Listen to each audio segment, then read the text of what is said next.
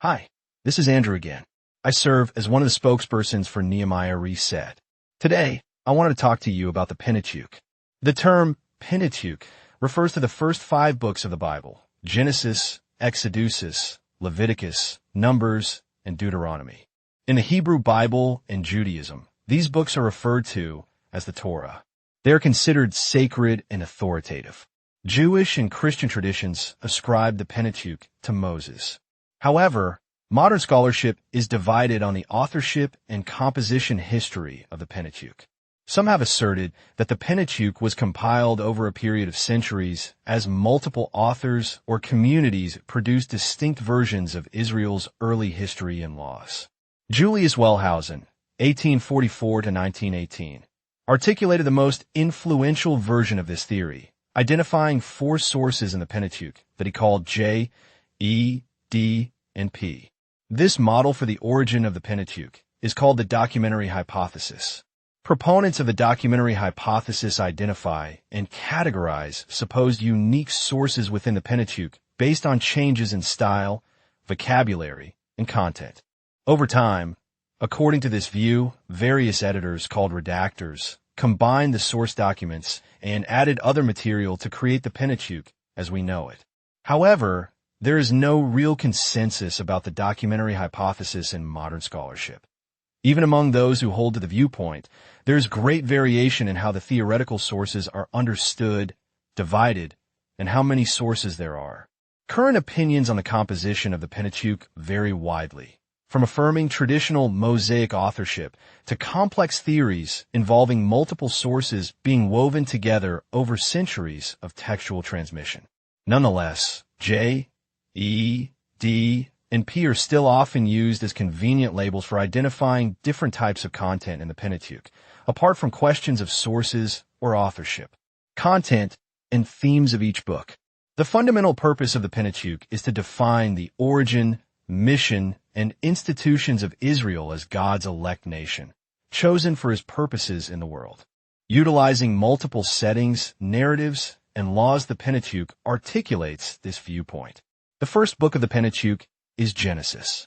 In Genesis 12 verses 1 to 3, Abraham is called by Yahweh to leave his homeland because God has chosen him and will give the land of Canaan to his offspring. This text defines Israel's ultimate mission.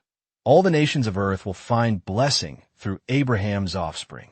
Genesis 1 to 11 is a prologue to Abraham's election. It describes a world estranged from God and in need of reconciliation, illustrated by the expulsion from Eden, Cain's murder of Abel, the flood, and the Tower of Babel. Genesis 12 to 50 describes God's special protection and provision for the patriarchs, caring for Abraham even when he was acting dishonorably, Gen 12:10, 20, and using Joseph's brother jealousy to secure a place for Israel in Egypt, Gen 50:20. Genesis also continually defines and refines the identity of Israel. The elect people are the offspring of Abraham and not Lot, father of Moab and Ammon, of Isaac and not Ishmael, father of the Ishmaelites, of Jacob and not Esau, father of the Edomites. The history of Israel as a nation, not just a family, begins with Exodus, and Exodus is also in many ways the wellspring of Old Testament theology. Israel is transformed from a mass of migrants and slaves to a unified nation. Their dependence on Yahweh is defined when their liberation is brought about entirely by Yahweh's initiative through the plagues on Egypt, Exodus 7 to 14. Moses emerges as the paradigm for the prophets as he speaks for Yahweh, Exodus 9 verses 1 to 4, does mighty works, Exodus 14 verses 21 to 29, and intercedes when the people sin, Exodus 32 verses 11 to 14. The Sinai, or Mosaic, covenant establishes the bond between Yahweh and Israel, Exodus 19 verses 5 to 6, and the tent of meeting, where Yahweh dwells among his people, demonstrates Israel's privileged status, Exodus 25 to 27. Exodus describes 2 of Israel's ritual days, Passover, Exodus 12 verses 1 to 32, and the Sabbath, Exodus 16 verses 22 to 30. The Ten Commandments and the statutes of Exodus 21:23 define Israel's duties to Yahweh as well as their civil institutions. Exodus initiates the central sanctuary, Exodus 25-27, and the Aaronic priesthood, the descendants of Aaron, Moses' brother, Exodus 28-31. In the golden calf narrative, Exodus 32 verses 1-6, Exodus describes the pattern of idolatry that would plague Israel throughout its history and lead to its eventual destruction. Exodus also establishes God's character. He keeps his covenant. Exodus 2 verse 24. He is the great victor over evil, as shown at the crossing of the sea in Exodus 14. He is holy, Exodus 19 verses 10-13. And above all, he is gracious and compassionate, Exodus 34 verse 6. The theology of Deuteronomy and the prophets is often an expansion of themes in Exodus. Throughout the Old Testament, the Exodus, the plagues, the Sinai covenant, the golden calf, and other events from the book of Exodus are treated as paradigms. The third book of the Pentateuch is Leviticus. Leviticus is Israel's guide to holy living, for all the people, not just the priests. Even when Leviticus focuses on rules for the priests, Lev 8-10, the message is that the Aaronic priesthood has been consecrated for the sake of all Israelites. In describing what sacrifices to offer, Lev 1-7, Leviticus tells the people how to worship Yahweh.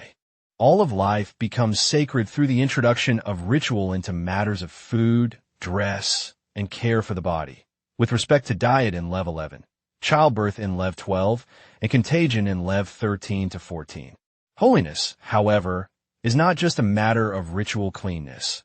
Leviticus 18-20 gives extensive teaching on sexual purity, the proper treatment of one's neighbors, and idolatrous practices to avoid. The fourth book of the Pentateuch is Numbers. Numbers continue the narrative and legal themes begun in Exodus. More information about the nature of the Israelite camp, its relationship to the tent of meeting, and the first Passover is given in Numbers 1:1, 9:14. Further commands regarding sacrifices, the priests, and ritual cleanness appear in Numbers 15-19.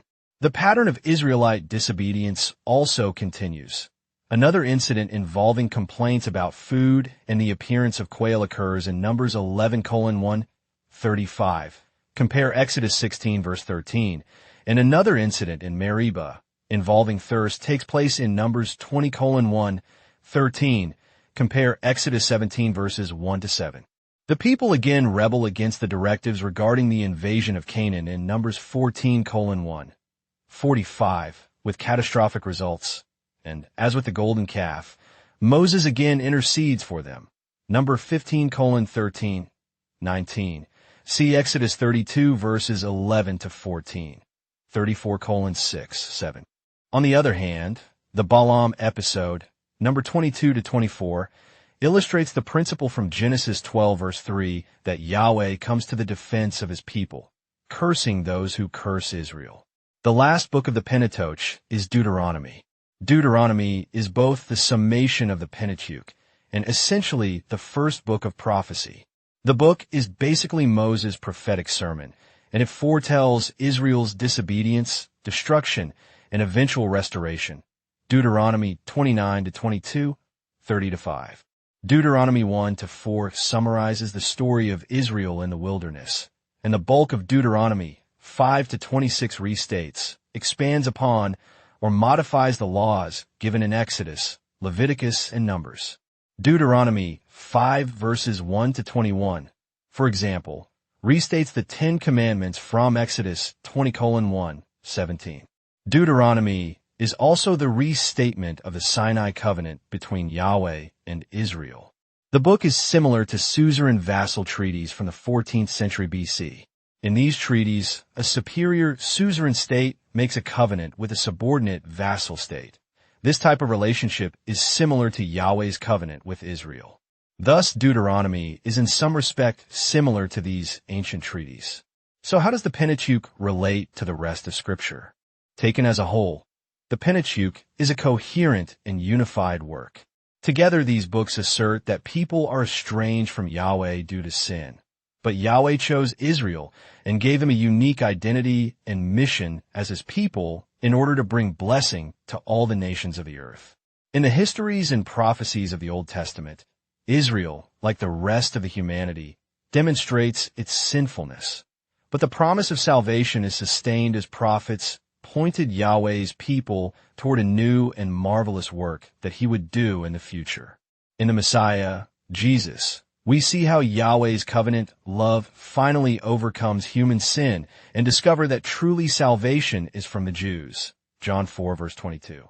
Hi, this is Daniel again. The previous video was sponsored by Nehemiah Reset, a 501c3 Bible-believing organization.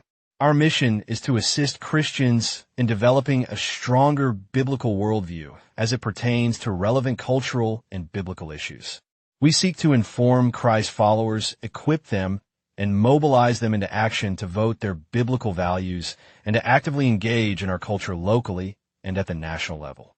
We are committed to help Christians and non-believers to develop a better biblical worldview. Nehemiah Reset produces videos and ebooks to assist believers and explorers in developing a biblical worldview when it comes to cultural and biblical issues. We produce videos on key topics like public school indoctrination, the woke agenda, sex education, equity and inclusion, climate change, immigration, religious freedom, and lessons that can be learned from key subjects in the Bible. To learn more about Nehemiah Reset or to watch our latest videos, go to our website at nehemiahreset.org or our rumble.com channel. We produce new videos every week. To get a free weekly list of our latest videos, sign up for our weekly newsletter by signing up at nehemiahreset.org/email. You can support our website by liking our videos, subscribing to our channel, or providing donations to help us advertise for new subscribers. Thanks for your help in growing God's kingdom and bringing more people to Christ. Thank you for your support and help. Have a great day.